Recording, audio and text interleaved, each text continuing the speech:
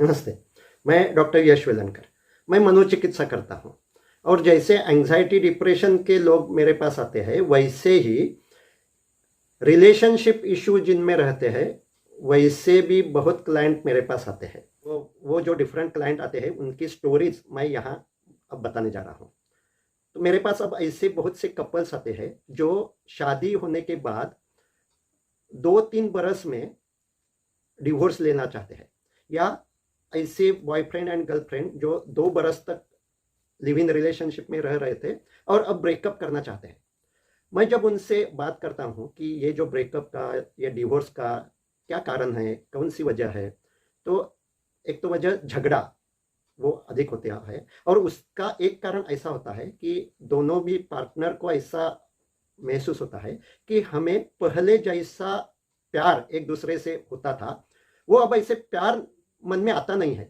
और मैं काउंसलिंग में जब उनसे बातें करता हूँ और गहरी रिलेशनशिप के जो कुछ इश्यूज है उनकी जानकारी लेता हूँ, तो जो कुछ मुझे महसूस हुआ है वो हर एक कपल को मालूम होना चाहिए, और इसीलिए ये बात मैं यहाँ बता रहा हूँ।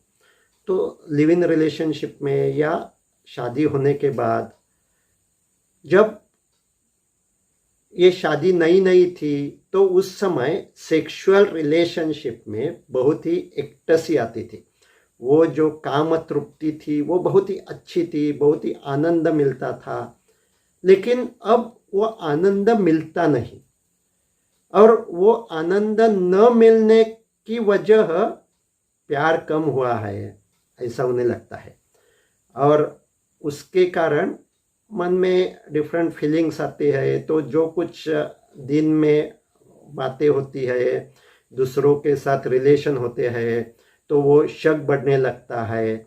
लेकिन गहरी बात ये होती है कि उन्हें पहले जैसी काम तृप्ति, ऑर्गेज्म अब सेक्सुअल रिलेशनशिप में नहीं आता। ये जो प्रॉब्लम है उसका कारण अपने ब्रेन के न्यूरोट्रांसमीटर डोपामाइन में है, और इसकी जानकारी ही अधिकतर लोगों में नहीं रहती है। तो ये जो डोपामाइन है ये ऑर्गेज्म के लिए बहुत ही आवश्यक है। जब डोपामाइन बहुत रहता है तो सेक्सुअल एक्टसी, ऑर्गेज्म, उसमें आनंद बहुत ही अच्छा रहता है। लेकिन जब डोपामाइन कम होता है तो ये ऑर्गेज्म ठीक तरह से नहीं होता। अब डोपामाइन कब अच्छा रहता है? जब रिलेशनशिप नई नई होती है, उसमें एक तरह से अनसर्टेनिटी होती है, अनिश्चितता होती है, तो डोपामाइन अपने ब्रेन में बढ़ता है। और इसीलिए जब कोई भी रिलेशनशिप या मैरिज, उसके बाद जब सेक्सुअल रिलेशन होता है, तो उस समय डोपामाइन अधिक होने के कारण आनंद और मिलता है। दोनों को लगता है कि हम एक दूसरे से बहुत प्यार करते हैं। लेकिन जब ये लिव इन रिलेशनशिप या मैरिज ये एक तरह से पुराना होता है, तो उसमें जो अनसर्टेनिटी है वो अब कम होती है। और जब अनसर्टेनिटी नहीं रहती तो ब्रेन में डोपामाइन नहीं पैदा होता, और जब डोपामाइन नहीं होता तो वो जो आनंद, पहले जैसा आनंद अब नहीं होता। तो ये होना स्वाभाविक है। कोई भी रिलेशनशिप जब पुरानी होती है तो वो डोपामाइन कम ही होगा, और वो जो आनंद, वो जो ऑर्गेज्म है वो पहले जैसा नहीं होगा। तो इसका मतलब ये नहीं है कि अपना प्यार एक दूसरे से कम हुआ है।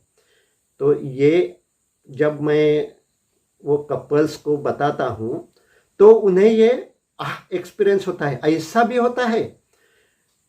तो नेक्स्ट थिंग मैं बताता हूँ कि प्यार होना और प्यार करना ये दो अलग अलग चीज है।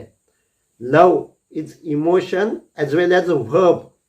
तो अगर ये रिलेशनशिप मेंटेन करना है तो सिर्फ मन में प्यार होता है ये नहीं, ये महत्वपूर्ण नहीं है। हम एक दूसरे से प्यार करते हैं या नहीं, ये ज़्यादा महत्वपूर्ण है। और इसके बारे में जब हम काउंसलिंग करते हैं तो ब्रेकअप के किनार पे आए हुए बहुत से रिलेशंस फिर से अच्छे हो जाते हैं।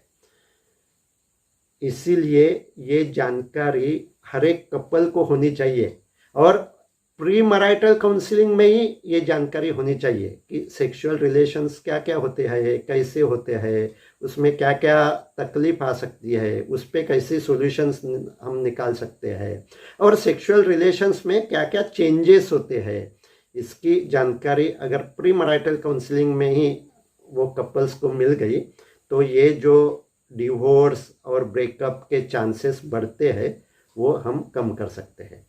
इसके बारे में अगर आपको और जानकारी लेनी है तो मुझसे संपर्क कीजिए। धन्यवाद।